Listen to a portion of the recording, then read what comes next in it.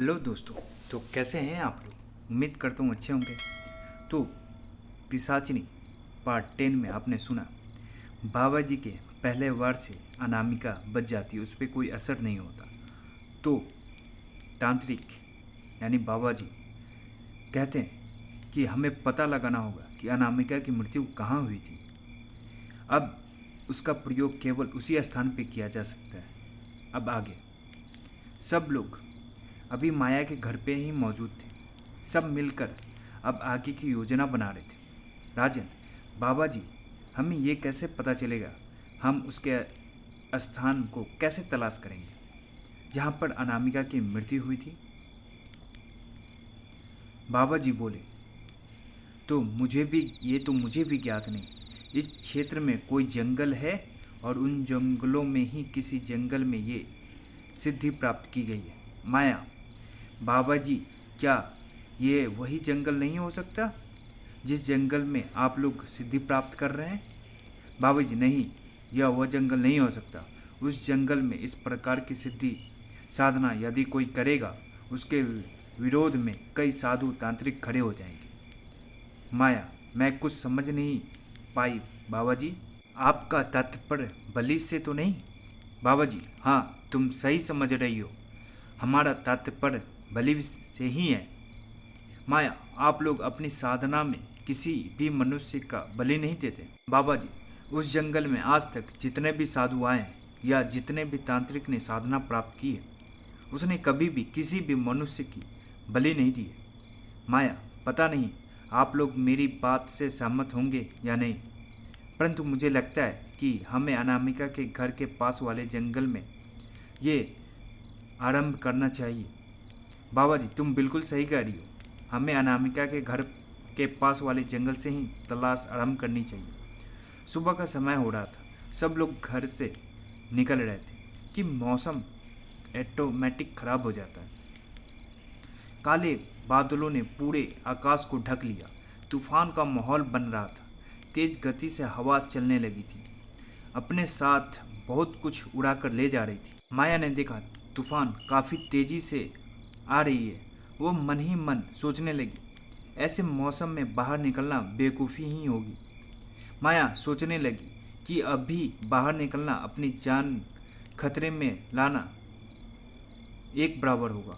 माया मुड़कर वापस अपने घर के अंदर जा रही थी कि उसकी नज़र एक गाड़ी पर पड़ी। माया ने देखा कि वो वहाँ का तेज हवा उस गाड़ी को पीछे की ओर धकेल रही है। माया मन ही मन सोचने लगी, उस गाड़ी में कोई है तो नहीं? कोई होगा तो कितनी परेशानी हो रही होगी। इस तूफान में भी कैसे गाड़ी चलाएगा, और अगर गाड़ी के साथ साथ उसे चोट पहुंच गई तो? माया के मन में बहुत सारी बातें चल रही थी। माया बाबा जी के पास जा रही थी कि उसने देखा कि सब लोग दरवाजे की ओर चले आ रहे हैं। माया, माफ़ी चाहती हूँ बाबा जी, पर अभी बाहर जाना खतरे से खाली नहीं होगा। बाहर बहुत तेज़ तूफान आया हुआ है। अभी बाहर जाने का अर्थ है अपनी जान गंवा देना। बेहतर यही होगा कि हम अभी लोग कुछ समय के बाद ही घर से बाहर निकले। माया की बात सुनकर बाबा जी हंसने लगे और बोले, तुम हमारे कार्य के आरंभ होने के पूर्व ही उसने अपना कार्य आरंभ कर दिया। माया, क्या मतलब बाबा जी? मैं कुछ समझ नहीं पा रही। बाबा जी, मतलब ये कि वो नहीं चाहती कि हम उसके बारे में पता लगाएं। माया, तो अब हम क्या करेंगे बाबा जी? ऐसे मौसम में बाहर निकलना खतरे से खाली नहीं होगा। बाबा जी दरवाज़ा खोलते हैं, एक मंत्र बोलते हैं और उस तूफान की ओर मुंह करके मंत्र बोलते हैं और भभूत को उड़ा देते हैं।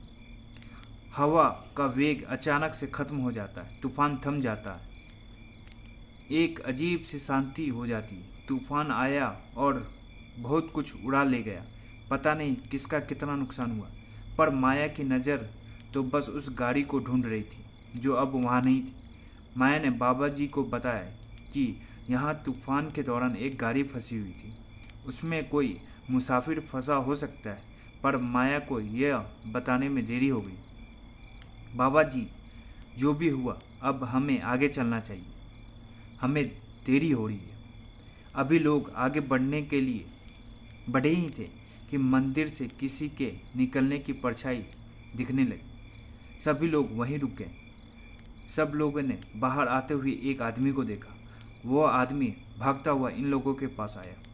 वह बहुत डरा हुआ था और बोलने लगा कि वह बहुत भयानक थी। बाबा जी, वह बहुत भयानक थी। सब लोग ने उसे मिलकर शांत कराया। एकाएक उस आदमी के मुंह से निकल गया, मुझे नहीं पता था कि वह अभी भी यहाँ है। मैं नहीं जानता था, मुझे तो लगा कि वह मर गई। वह आदमी की यह बात जब सबके कानों में टकराई तो सबकी आंखें बड़ी हो गई। वह सोचने लगे, आखिर ये क्या बोल रहा है। उस व्यक्ति को घूरने लगे, जैसे पूछना चाह रहे हो, क्या क्या तुमने उसे देखा है? क्या तुम उसे जानते हो और कैसे जानते हो? सब लोग पहले उस आदमी को लेकर माया के घर गए। उसे थोड़ी सी राहत आई। माया उसके बारे में पूछती, वह आदमी बताने लगता है, जी मेरा नाम गुरचरण सिंह है। मैं पहले इसी नूरपुर मोहल्ले में रहता था। आज मैं एक सक्सेसफुल बिजनेसमैन हूँ। टेक्सटाइल इंडस्ट्री में मेरा बहुत बड़ा नाम है। इसी नाम को कमाने के लिए मैंने नूरपुर मोहल्ला छोड़ा था। माया, आप एक सक्सेसफुल बिजनेसमैन हैं, वह तो ठीक है, पर आप यहाँ रहते भी थे, पर आपका अनामिका को कैसे जानते थे? गुरचरण सिंह, मैंने पहली बार जब अनामिका को देखा उसकी उम्र 16 या 17 साल की होगी। मेरी 19 साल। अनामिका को देखते ही मुझे उससे पहली नज़र में प्यार हो गया था। माया, फिर क्या हुआ? गुरचरण सिंह, मैंने अनामिका के सामने अपने प्यार का प्रस्ताव रखा।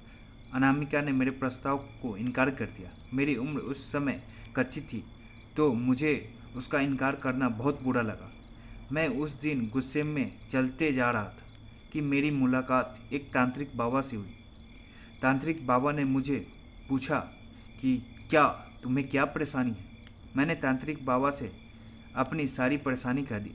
तांत्रिक बाबा ने मुझे कहा कि मुझे उस लड़की को सबक सिखाना चाहिए। मैं उनके बहकावे में आ गया। तांत्रिक बाबा ने मुझे अनामिका को बहला फुसला कर यहाँ किसी भी तरीके से उस जंगल में लाने के लिए कहा।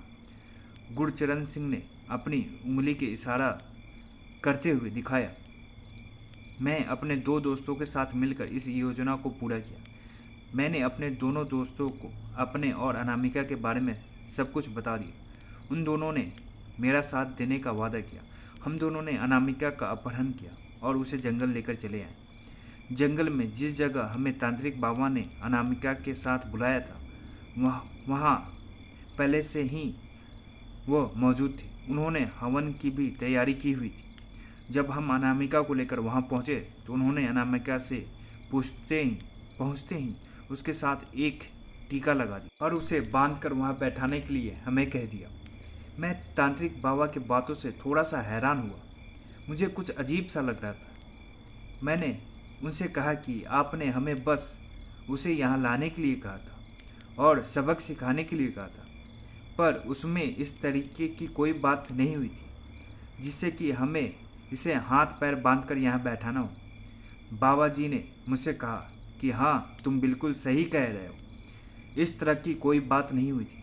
पर मैं तुझसे ये पूछना चाहता हूँ, क्या तुम लोग अपने जीवन में तरक्की नहीं करना चाहते हो?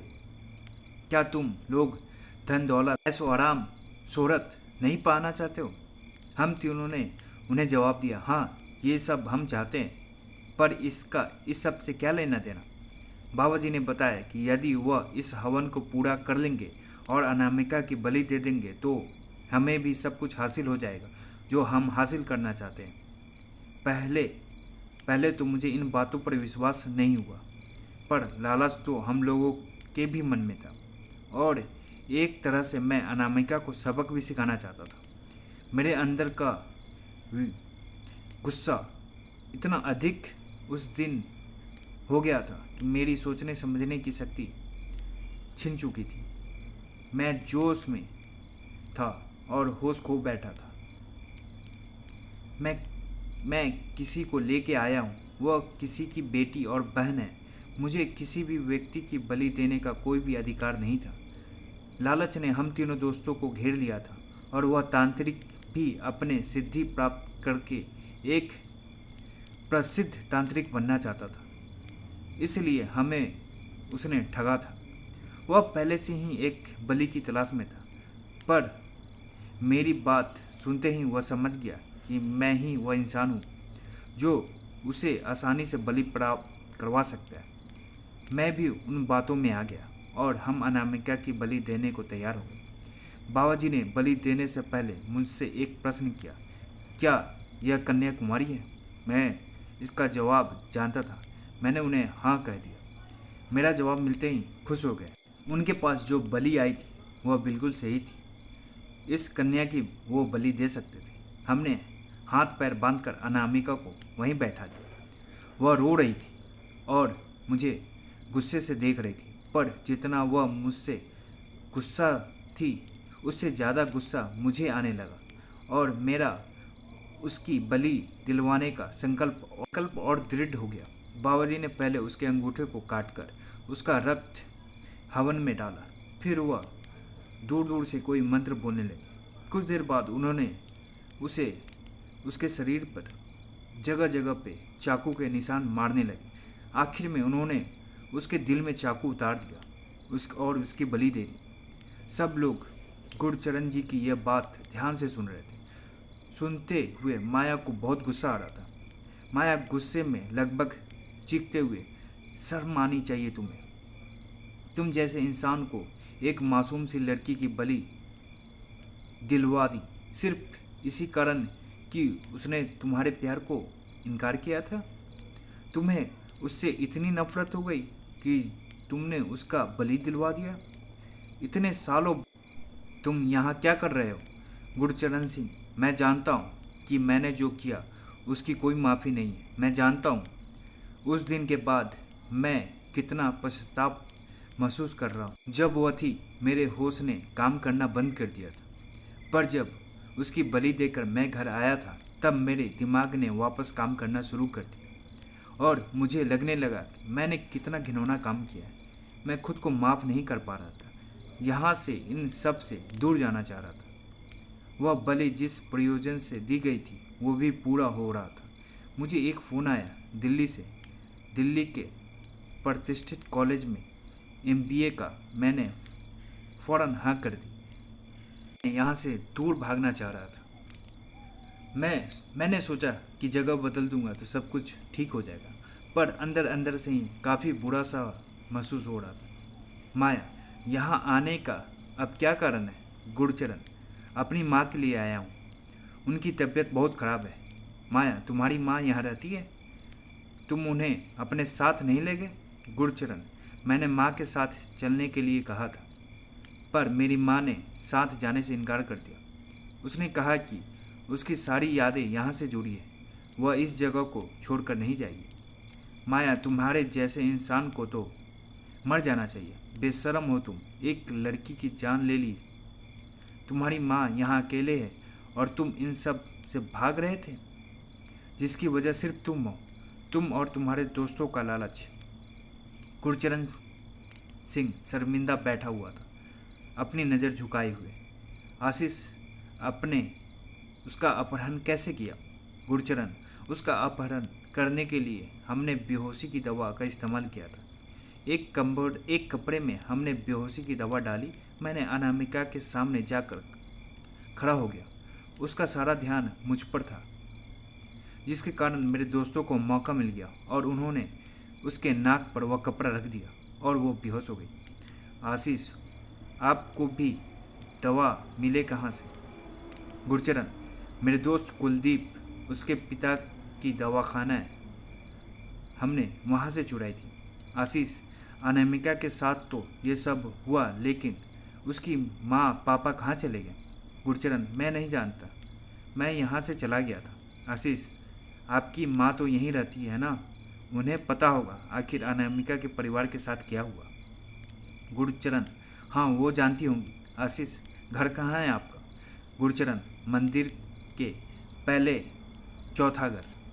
माया, हम सब लोग गुरचरण के घर जाने के लिए तैयार हो गए ताकि और रात जान सके। गुरचरण के घर जाने के लिए निकल गए और तूफान थम चुका था। गुरचरण का घर ज़्यादा दूर नहीं था, इसलिए सभी लोग जल्दी से गुरचरण के घर पहुंच गए। तभी माया ने दरवाजे की घंटी बजाई। टिंग टोंग।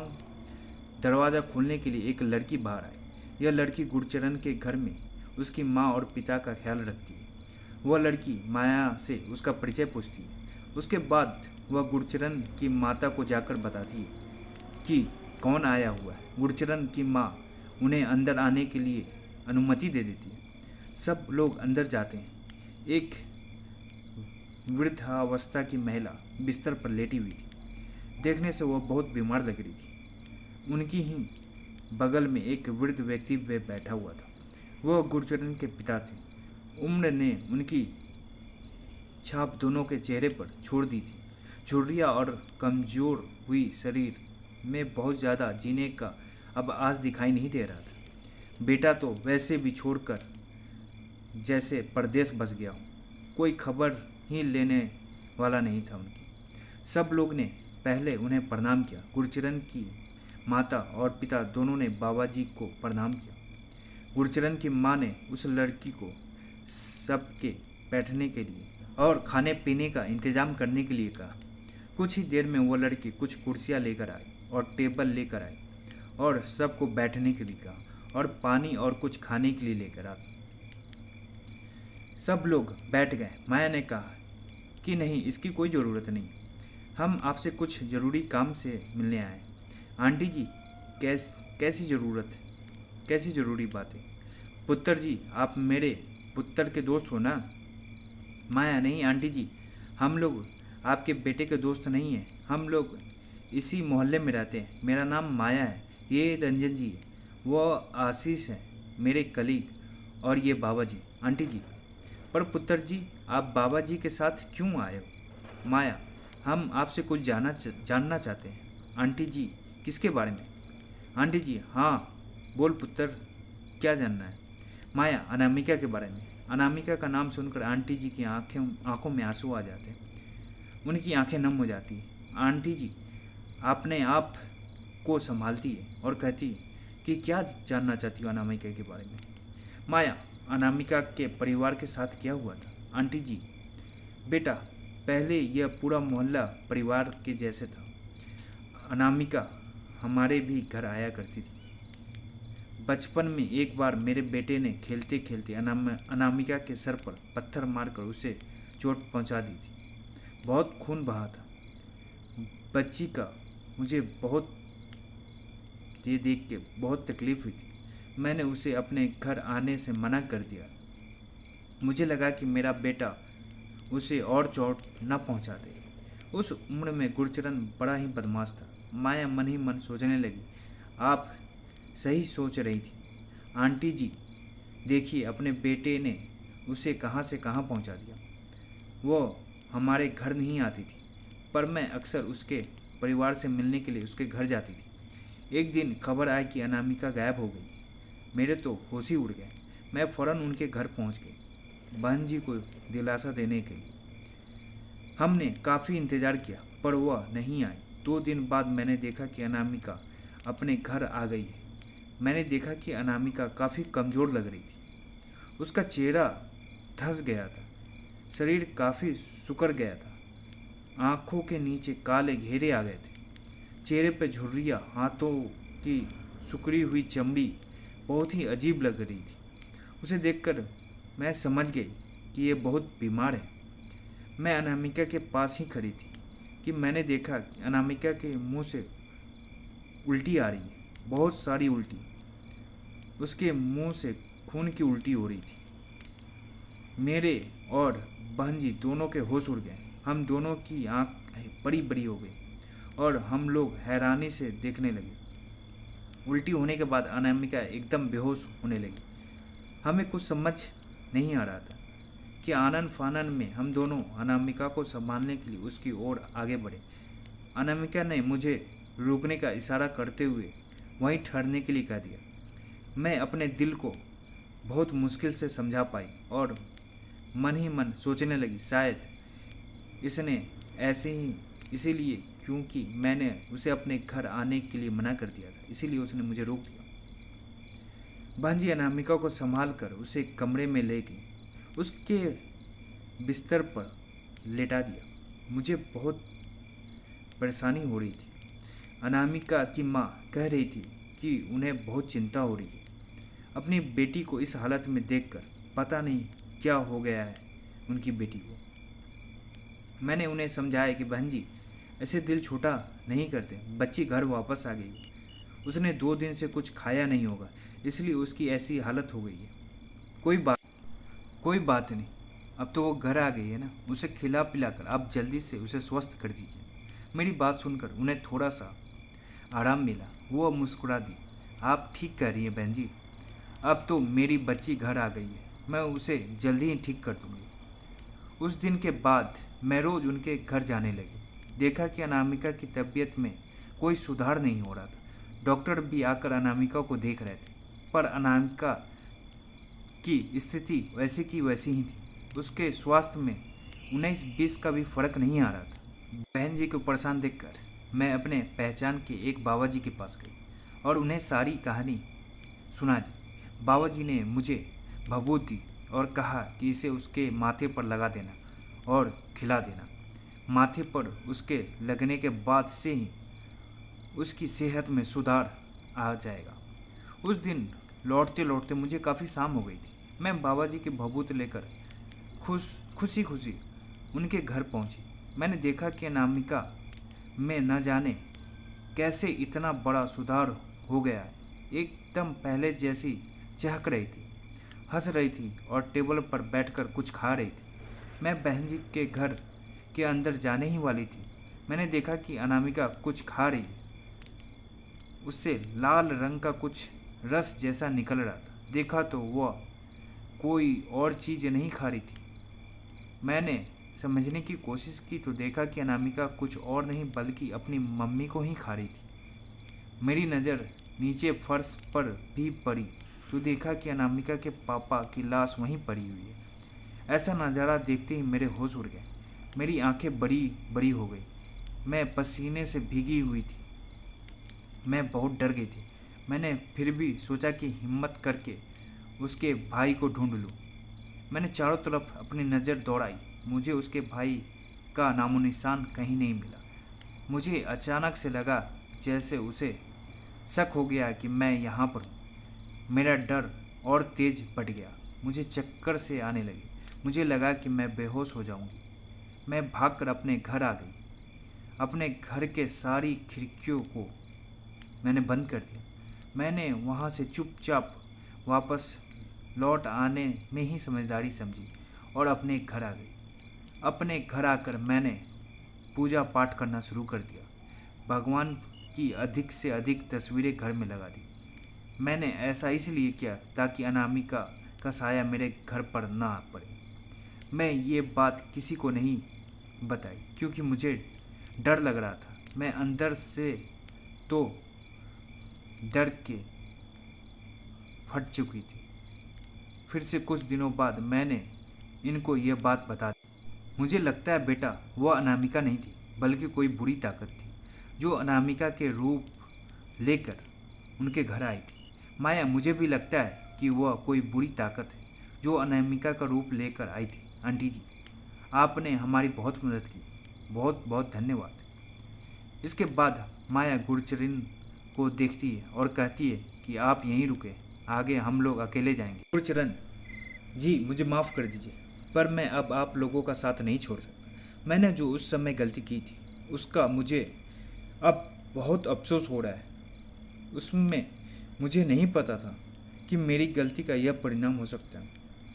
इसीलिए मैं आप लोगों से माफ़ी चाहता हूँ और आप लोगों का साथ देना चाहता हूँ। मुझसे जो बन पड़ेगा मैं करूँगा। माया आंटी जी की ओर मुस्कुरा कर देखती है और कहती है कि आप चिंता मत कीजिए, हम जल्दी आपके बेटे के साथ वापस लौटेंगे आपसे मिलने। आंटी जी ने गुरुचरण और माया की बात तो नहीं सुनी थी, इसलिए वो मुस्कुरा कर सबको विदा दे देती है। सब लोग घर से बाहर आ जाते हैं और जंगल की तरफ चल देते हैं। जाने से पहले माया ने एक बैग तैयार कर लिया था जिसमें उसने जंगल में जाने के बाद ज़रूरत में पड़ने वाले सारे सामान को रख लिया था। सब लोग जंगल के अंदर प्रवेश कर चुके थे। जंगल बहुत घना था, इतना घना कि दिन में भी वहाँ बिना टॉर्च के कुछ दिखाई नहीं दे रहा था। सब ने अपने मोबाइल की टॉर्च जला ली। तब भी माया जी ने सबको अपने फ़ोन की टॉर्च बंद करने को कहा और कहा कि मोबाइल की ज़रूरत हमें बाद में भी पड़ सकती है। मेरे पास कुछ टॉर्च हैं, ये आप लोग ले लीजिए। सभी लोग माया से टॉर्च लेकर उस जंगल में चलने लगते हैं। पेड़ पौधे और पत्तियाँ और कांटे का जाल, जंगल ऐसे ही खतरनाक लग रहा था।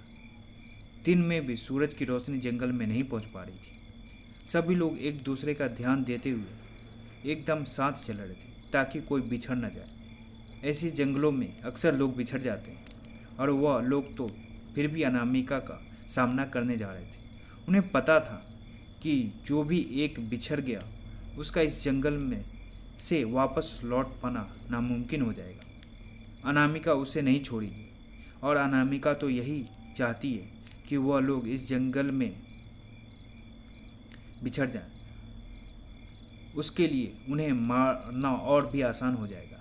एक साथ रहने पर वह लोग एक दूसरे की शक्ति बने हुए रहेंगे। सब लोग पत्तियों डंडियों को कुचलकर आगे बढ़ रहे थे। जंगल में चलना बहुत ही मुश्किल हो रहा था। एक ओर अंधेरा, दूसरी ओर उबड़ खाबड़ जमीन और सांप बिच्छू होने का डर अलग। एक डर और कि अनामिका ना जाने कब कहाँ से आकर उन पर वार कर दे, क्योंकि उसे अब तक यह तो पता चल ही गया होगा कि वह लोग इस जंगल में आ चुके हैं। सब लोग धीरे धीरे अपने कदम को आगे बढ़ा रहे थे और हर किसी की नज़र हर एक पर थी। सभी की सांसें तेज चल रही थी और नज़र अपनों के साथ साथ रास्ते पर भी बने हुए थे। सब के आगे माया चल रही थी और सबसे पीछे बाबा जी। अचानक से अनामिका आकर सबके सामने खड़ी हो गई। सब डर गए। अनामिका जोर से हंसने लगी। वह इतने सारे शिकार एक साथ, अब मज़ा आ जाएगा। अब तो मुझे कोई मेहनत करने की ज़रूरत ही नहीं पड़ेगी। तुम लोग खुद ही मेरे जाल में आ गए हो। डरते डरते राजन पीछे हो जाता है कि अचानक से उसका पैर फिसल जाता है। वह दूर जाकर गिर जाता है। अपने आप को संभालते हुए राजन खड़े हो जाता है। राजन की आंखें बड़ी हो गई और सांस तेज चलने लगती है। राजन के पास हड्डियों के ढेर पड़े थे। वो हड्डियों के ढेर पर बीचों बीच खड़ा था। बाबा जी ने अपने कमंडल से जल निकाला, एक मंत्र फूंका और उसे अनामिका पर छिड़क दिया। अनामिका गायब हो गई। यह देखकर माया और आशीष दोनों खुश हो गए। बाबा जी ने उन दोनों को बताया इसका प्रभाव अनामिका पर हुआ है, पर इसका प्रभाव उस पर ज़्यादा देर तक नहीं रहेगा। अब हमें जल्द ही राजन को ढूंढना होगा। सबकी नज़रें राजन को ढूंढने लगती। राजन कहाँ है? राजन, क्या राजन बच पाएगा?